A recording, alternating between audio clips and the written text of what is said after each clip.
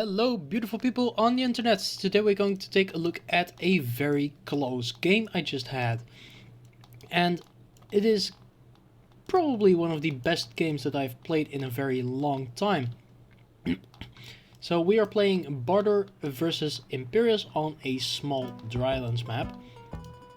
And our opponent here has like 1400 rating, so they are definitely one of the better players that you'll get to see. And this is quite an interesting game because it went kind of long, and because of that we will get to see some major decisions that were made during the time of this game.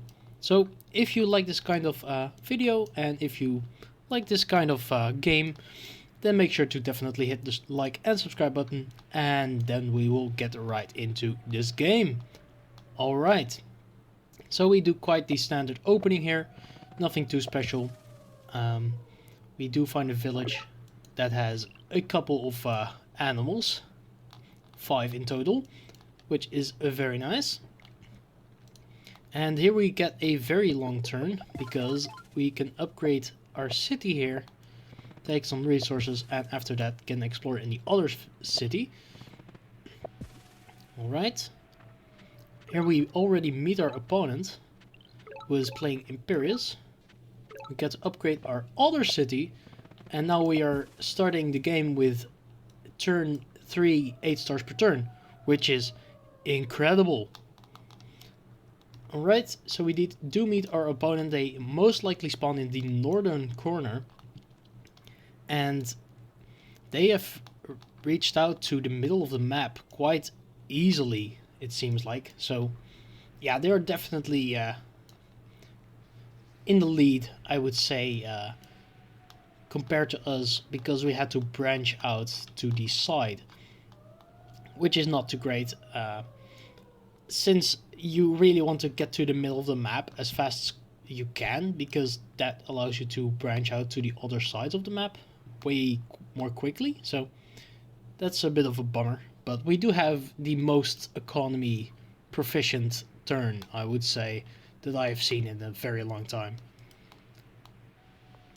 Alright, so they do have riding that we can see, and that kind of scared me because they will get to this village very quickly, they can get to this village very early on, and they can easily contest this village with whatever we can get to that, so that's not too great. We choose to get riding as well, and here we see that they have vision on this city, on this village over here, and we are trying to get to know the map a little better. And unfortunately there is no village over here, which was kind of likely that there would be one because there's some fruits over here, but that's kind of an unlucky kind of turn of events for us. So here we get forestry, kind of aggressive. I chop almost every forest because, yeah, I really want to get going on my my army here, instead of just trying to finagle some kind of village, because we have to make a move because we are definitely not in the lead at the moment. So yeah. Weirdly, they don't decide to go for this village, which I didn't see coming.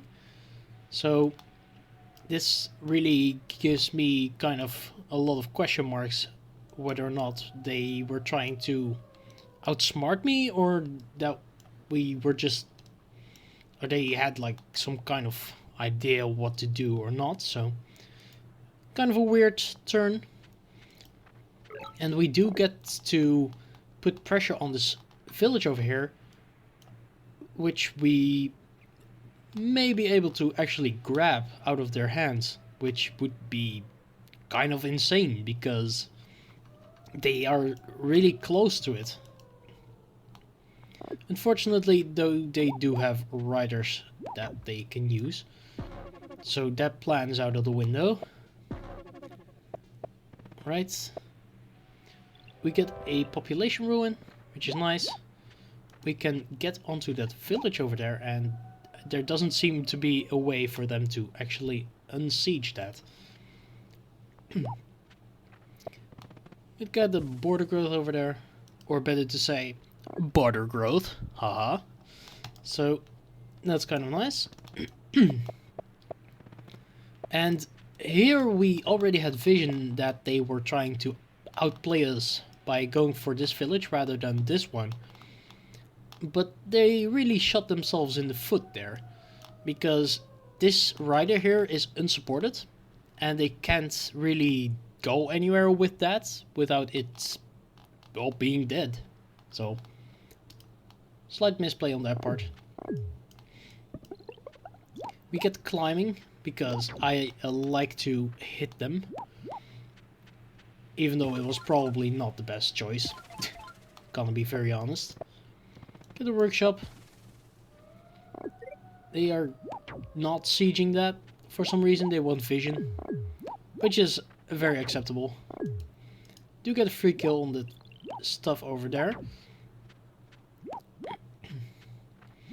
And if only they had like tried to go for this village instead of just leaving it to us, they would have been able to put pressure on this city over here, as well as on this village over here. And now we can just grab it, and that means that we are actually in the lead. They have 4 villages, 4 cities, and we have 5 in that case. So always make sure that you can actually get the advantage on the village front. So, but we are not even getting close to the most important place of the game, so that's really going to be one heck of a game we are having here. With a workshop, really want to get the economy going. They get lucky with a veteran swordsman, and we are just building up an army. And you might think that that is a really weird kind of move in this situation, because usually you want to focus on your economy and then you want to slowly but surely get the upper hand, but I really felt like I had to make some moves, and in this case making some moves meant build one heck of an army. That's just what was going to happen here. Yep. We should have probably sieged. Probably, maybe. Right, yeah, we trained just a hell of a lot of riders. And we can't unsiege this, which is very unfortunate, so. And they get archery, which is definitely going to help them. But we have a whole bunch of riders, and riders versus archery is in favor of the person playing with the riders, because riders can just trade favorably against them, which is nice. Might be an interesting play on their part. We do some sabotage here, just so that they can't go ahead and upgrade this city and take, for instance, a wall. And that wall would really basically mean game over for us in this village. So that was kind of a smart move. We do get a free hit in on that archer over here.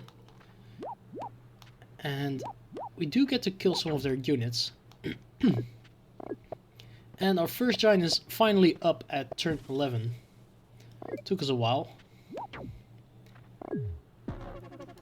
We really wanted them to take that village, at that city over here. Why, you may ask? Well, I have a plan at turn 12. What if I can get to Chivalry as fast as I can by using the monument, the Metropolis monument I have over here, as well as the Killer monument that I'm going to get very quickly. So that's definitely something that I can go ahead and work towards. Because, well, I really need to get at least some advantage, which I definitely don't have at the moment. So that would be kind of my surprise attack in that case. Yep, we do the double level up and we get Free Spirit and Chivalry. They, however, get roads, and roads are just still very powerful technology. But if you keep spamming your units and you don't expect me to get a knight, then I'm in favor of getting a wind. So that was one important thing that was going to happen, is either we had to get into a defensive stance here because we are losing on the amount of cities that we have, and we are also losing this ruin over here, or we can try to aggro them, get some value out of the knight chaining, and then go from there. Yep, so that's what I decide to go with. And they don't have any vision on that, as far as I know. We do get roads here. Do get some more value. Do try to be sneaky with the knights, just so that they can't see what we are trying to do here. Here we go. 1, 2, 3, 4, 5, and I make a misplay, a terrible misplay here. I shouldn't have made that a veteran yet. I really just misclicked. I wanted to go up and just kill that, but I unfortunately clicked on the promote button, so that's just unfortunate. That would have, well, give me some opportunity to make some better plays.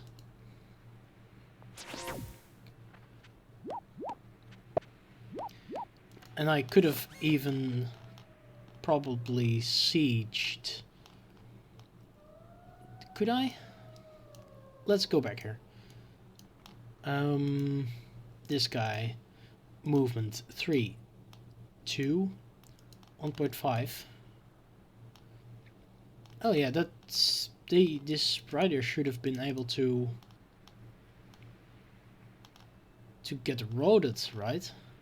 Why didn't I do that? No clue. Then I could have just killed. Also, should have just hit and then promoted. That's just way better. Yep. There's one thing still that I really had to do. And they really make yet another misplay, which really gave us some opportunity to at least try to fight back. They siege 2 of our cities here, and that's just really not great at all. But once again, they make a misplay. And they allow us to do some stuff with that knight that we really needed to do. So, yep, here we managed to unsiege and just chain a bunch of their units together. And we can unsiege this and chain even more units. And then their army is just gone. What the heck? I make one fatal mistake in this turn over here. I should have not put this guy on this mountain. I should have instead put him on the forest tile, because if you put your unit on that tile, they need not only to get the other monument, but they also need this forest here, which just allows us to make it a little bit more painful for them to upgrade that village over there. So and what's interesting is that even though we were at a losing position, we managed to go to the offensive, which is really peculiar because that doesn't really happen all that often. So really interesting choice here to go with the Chivalry very early on. Yep. as you can see, I did get punished for that mistake. I don't usually look at this kind of stuff, but that's just something that I should have done. Really, definitely a misplay on my part. You see an archer over there, and we can siege that city and even block their unit movement so that they can't even unsiege. So we are getting back our village here. Woo! Train some normal riders. Don't need to spend all of our stars on units that we don't need. We get archery because why the heck not? And we start linking up our cities here. Just so that we can get some more stars and value. And unfortunately, I'm missing one population to upgrade the capital. That's just unfortunate, honestly. Just a bummer.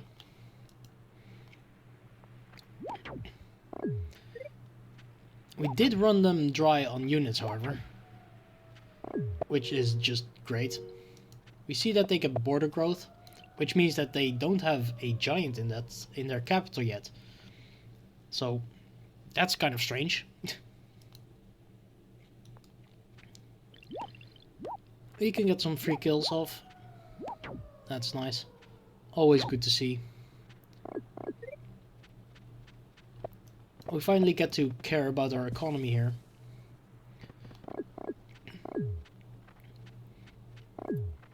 And they once again siege one of our cities. And we once again managed to unsiege it, so... That's just bizarre that they kept trying to, like, aggro us out of the game.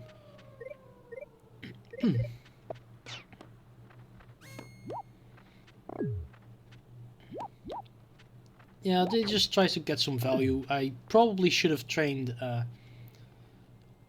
one more knight, like over here or something, because that would have allowed us to get more value. But I didn't. We do get to kill that archer over there, and we do get to hit that giant. It doesn't really achieve anything, but that's just cool. Once again, get a border growth, because we are trying to now play the long game, right? We have an advantage, and the longer you get to work with the advantage that you already have, you can really start to accumulate value, and then from there you want to basically just win. That's how the game works.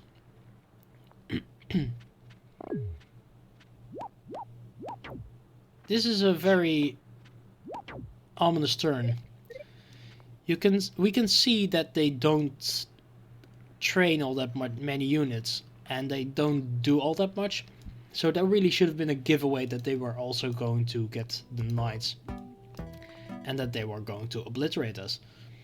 But I didn't read into it, and that's my bad. So terrible. We even give them like a nice landing platform to get a chain off. And I don't get vision on their capital, which is just bad. I do make a couple of mistakes in this turn. Definitely seeing as we probably should have known what was about to happen, so yeah, that's just bad on my part. We do get mining, however, because giants are good in late game situations. So that's really what we needed. And zoop, there it comes. Bye bye units. But they only have one city where they can train a knight, whereas we have a way more defensive position where we get to basically train knights in 2 cities, maybe 3, because there's just no pressure on them. And that's just lovely.